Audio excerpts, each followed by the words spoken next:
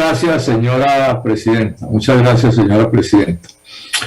Esta historia de los problemas con la registraduría en Colombia y de los fraudes electorales, pues digamos que se remonta casi que a tiempos inmemoriales. Ya se hicieron algunas menciones, pero voy a hacer otras, ¿no? Yo recuerdo en 1971, cuando el gran movimiento estudiantil y cuando, digamos, tantos de quienes hoy estamos en la política de la oposición empezamos a formarnos, lo que era corriente en el punto de vista de la oposición era el abstencionismo, era no ir a elecciones. Eso era, digamos, como el punto de vista más generalizado. Y era corriente porque se planteaba con no pocas razones que el que escruta elige. Entonces, como el que escruta elige, pues no tiene sentido ir a elecciones, que era una manera de señalar el fraude que era común. Estamos hablando pues de hace 50 años, 1971, en donde el hecho político que hoy pues... Senador Robledo, me excuso con usted un de la momento. Política nacional. Senador Robledo, lo interrumpo y me excuso. Vamos a declarar la sesión permanente. ¿Aprueba la plenaria? Sí, la aprueba, señora presidenta, con Senador Robledo, voto unánime. Continúe. Le voy a rogar entonces, señora presidenta, que volvamos a empezar. Sí, pues porque... sí. Dele.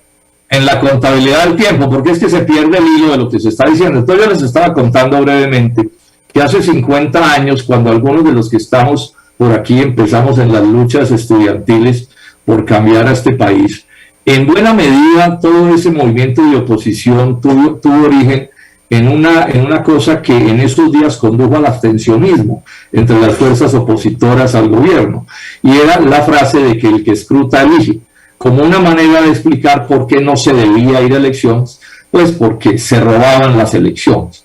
Y esos eran los días en que prácticamente el 100% del funcionamiento del Estado y de la política lo monopolizaban el Partido Liberal y el Partido Conservador, de acuerdo con la tradición del Frente Nacional creada al final de los años 50, monopolio que venía desde el siglo XIX.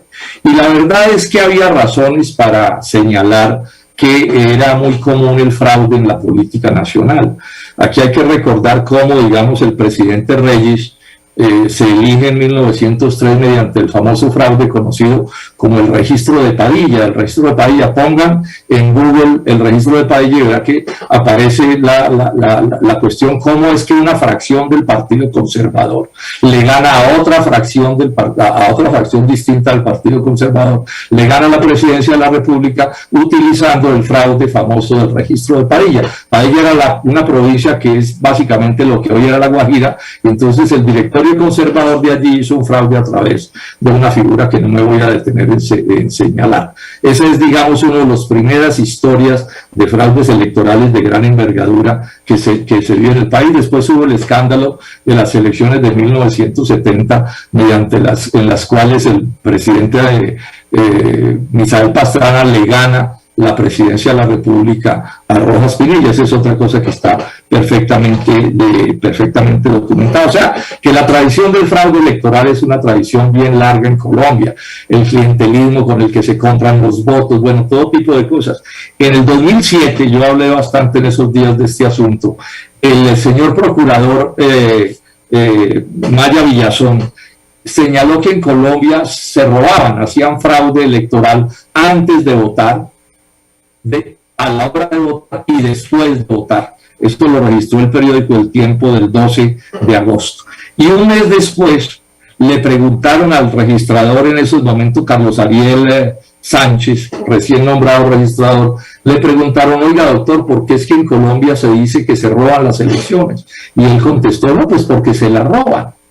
Las dos cosas dichas en el 2007, registrador y procurador general. Y lo más impresionante de la historia es que no hubo una conmoción política en Colombia. Los medios de comunicación registraron eso marginalmente, no se detuvieron a hablar del asunto, porque todos sabemos que aquí el sistema electoral colombiano es un sistema profundamente corrupto. Esa es una realidad que hay que señalar. Pues para no hablar de las otras formas de corrupción electoral, de la compraventa de votos y bueno, de todo tipo de cosas que suceden en Colombia. Esto es una realidad. Y es una realidad también, hay que decirlo con toda claridad, que el sistema electoral colombiano no es un sistema, digamos, para garantizar el buen resultado de las elecciones, sino que es un sistema electoral de la partidocracia. Los consejeros electorales colombianos no actúan en representación de la sociedad, sino que actúan en representación de los partidos políticos, que los elegimos aquí en el Congreso. Entonces, cada sector político o asociaciones de sectores políticos se asocian para elegir 9 magistrados del Consejo Nacional Electoral que tienen como fin cuidar lo que le pueda pasar a cada partido. Pero por norma, y esto también es de la tradición política colombiana, los presidentes de las repúblicas terminan conformando mayorías de los que en Colombia llamamos los mismos con las mismas. O sea, el presidente de la república termina armando unas mayorías. Así, digamos, en la competencia política haya 5, 7, 8, 10 partidos políticos en Colombia, lo que sucede es que el gobierno del presidente Santos, o el presidente Santos en persona, o perdón, empecemos por Iván Duque, y antes Santos, y antes Uribe, y antes Santos, bueno, y antes Pastrana, y antes todo, cada uno llega a la presidencia de la República, montan unas mayorías en el Congreso a punta de mermelada, y esas mayorías tienen un Consejo Nacional Electoral que los representa a esas mayorías para tomar las definiciones que sean del caso. Repito, no con la idea de asegurar que las elecciones sean como deben ser, sino con la idea de perpetuarse en el poder esos sectores. Y el registrador pueden elegirlo como lo elijan, pero el registrador en Colombia también es una ficha clave de la Casa de Nariño. Esa es la norma, eso es lo que hay que señalar con toda claridad. Así funciona el sistema electoral colombiano. Y se han planteado reformas. Por ejemplo, aquí se aprobó hace unos varios años el voto electrónico y nunca lo quisieron aplicar. Y a mí sí me llamó siempre la atención porque yo hablé mucho de eso. El voto electrónico lo aprueban los mismos con las mismas. O sea, los que han sido los sostenedores en el sistema electoral de los presidentes y del control de la Casa de Nariño. Lo aprobaron muy alegres.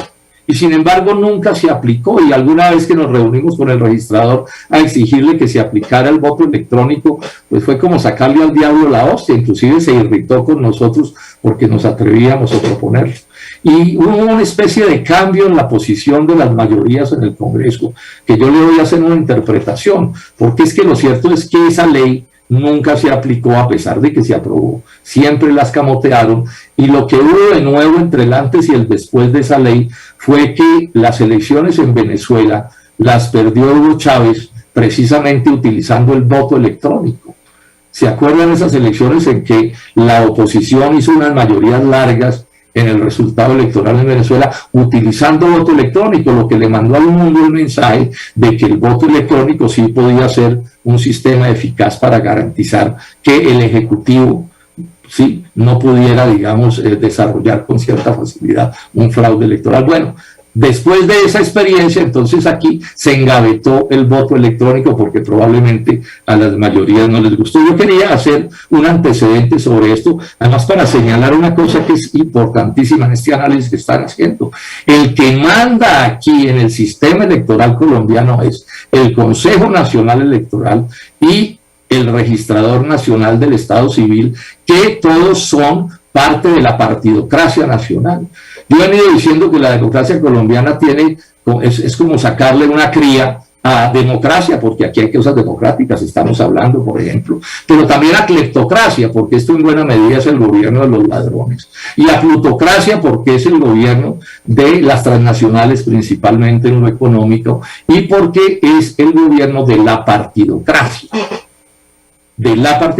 Que se expresa en muy buena medida en el control del sistema electoral. Esto es una cosa que es clave en el asunto. Es más, les pareció que los jurados que había antes no les resultaban cómodos, mintiendo además descaradamente en contra del magisterio colombiano, en un acto fascistoide que vienen promoviendo los amigos del presidente Duque en contra de ese sector de trabajadores honrados y trabajadores honradas que se desprecian y se maltratan aquí en un tono absolutamente infame e inaceptable. Infame e inaceptable. Porque el hecho de que en algún momento pueda haber un educador o educadora que haga algo indebido no permite una campaña de estigmatización como la que se viene promoviendo. Y esa campaña de estigmatización para poder cambiar a muchísimos de los jurados y poner ¿qué jurados? A los que se les dio la gana poner a la partidocracia, al señor registrador, al Consejo Nacional Electoral, a los partidos del duquismo, no es de otra manera. ¿O qué jurados fueron los que pusieron? Bueno, estos son los antecedentes que yo quería plantear para llegar al punto en el que estamos. Bueno, entonces se hacen las elecciones y el pacto histórico, sector del cual yo no hago parte, y tenemos un candidato a la presidencia que es contradictor del senador Petro, hace unas reclamaciones, y parecidas reclamaciones hizo el nuevo liberalismo. Y entonces aquí hay una discusión, ¿qué fue lo que pasó? O sea, quienes controlan el sistema electoral intentaron hacer un fraude, el registrador, el Consejo Nacional Electoral, los partidos políticos de la partidocracia, del duquismo, que organizaron los jurados para que se hiciera un fraude, porque son los que controlan el sistema. Eso no nos van a meter el cuento de que ese sistema lo controla la oposición, cualquiera que sea la oposición. O lo que hubo fue un error. Lo que hubo fue errores productos de la negligencia del señor registrador, que fue incapaz de hacer unos formularios bien hechos, que entre otras cosas yo no entiendo por qué se contratan en España ni en el exterior. Es que aquí no hay una empresa que sea capaz de hacer eso bien hecho. Yo me inclino por pensar que lo que hubo fue unos formularios mal diseñados, unos jurados incapaces que no hicieron la contabilidad como la deberían hacer. Eso lo tendrán que establecer, digamos, las autoridades respectivas, porque además también, digamos...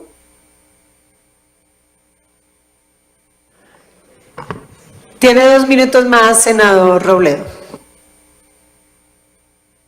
Ya voy a terminar, señora presidenta. La fuerza legal la tiene, es el escrutinio. Es un escrutinio en el que participan 5.000 jueces de la República. Entonces, pues, si van a hacer sustentaciones de fraude, las tienen que hacer muy bien hechas, porque además esto es de muy grave implicación. Quiero insistir en esto, señora presidenta. A mí me parece de lo peor de toda esta discusión es que hayan salido el expresidente Pastrana, el expresidente Álvaro Uribe y el propio presidente de la República a exigir un reconteo de los votos, reconteo que es una manera de decir que se robaron las elecciones. 2 expresidentes de la República y el presidente de la República a exigir un reconteo que no está en la ley. No se puede hacer porque la ley no lo autoriza. ¿A quién se le puede ocurrir que porque haya y pueda haber un fraude en una determinada mesa o en varias mesas, se pueda dar la orden de recontar todos los votos de un país cuando, repito, eso no está en las normas? Eso es tanto como que en una ciudad haya 2 o 3 o 5 muertos y entonces investiguen a todos los ciudadanos de esa ciudad porque hubo unos muertos en la ciudad. Es que eso está por fuera de toda lógica jurídica. Y el registrador, en otro acto de irresponsabilidad, abre el camino para ese probable reconteo. Y es tan absurdo lo del reconteo que, como 20 partidos políticos que hay en Colombia, solo 2, el partido del presidente de la República y otro partido, defendieron la idea del reconteo. Yo le llamo la atención a quienes están gobernando a Colombia, al presidente Duque, a los expresidentes de la República, asuman con seriedad y con rigor este asunto, que lo que están abriendo el camino es a situaciones extremadamente graves, porque si las reglas del juego del sistema electoral